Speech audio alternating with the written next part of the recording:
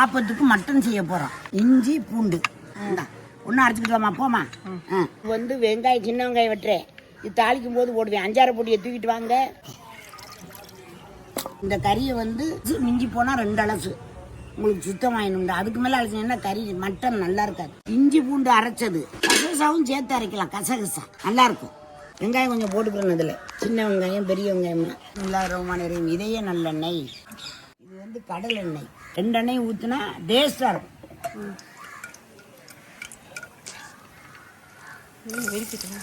சேர்ந்து வெடிக்கணும்.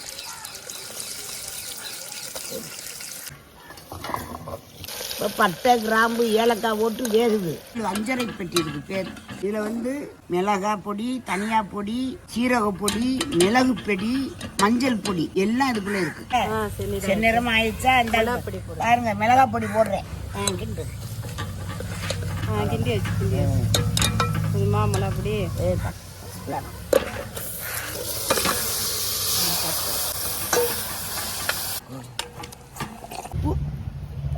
பூத்தூள் போட்டு கிண்டி விடு.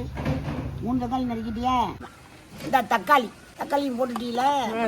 வேக வைக்கிறதுக்கு கொஞ்சோண்டு புதினாவும் கொஞ்சம் மல்லி இலை அதுகளை கொஞ்சம் வச்சுக்கிறோம். அப்புறம் போட்டுக்கிறோம். இது வந்து தனியா, இது வந்து சீரகம், இது வந்து மிளகு. கோவையிலேருந்து செஞ்சதெல்லாம் இருக்கு. இப்போ வேற மாதிரிலாம் ஆகி போயிடுச்சு. நீங்கள் என்ன செய்ய பாவம். வேலையை பார்த்துட்டு ஒரு ஆஃபீஸில் வந்து எல்லாம் சாப்பாடு செய்யணும். படன்னு நாங்கள் வந்து சும்மா வீட்டில் இருந்தோம்.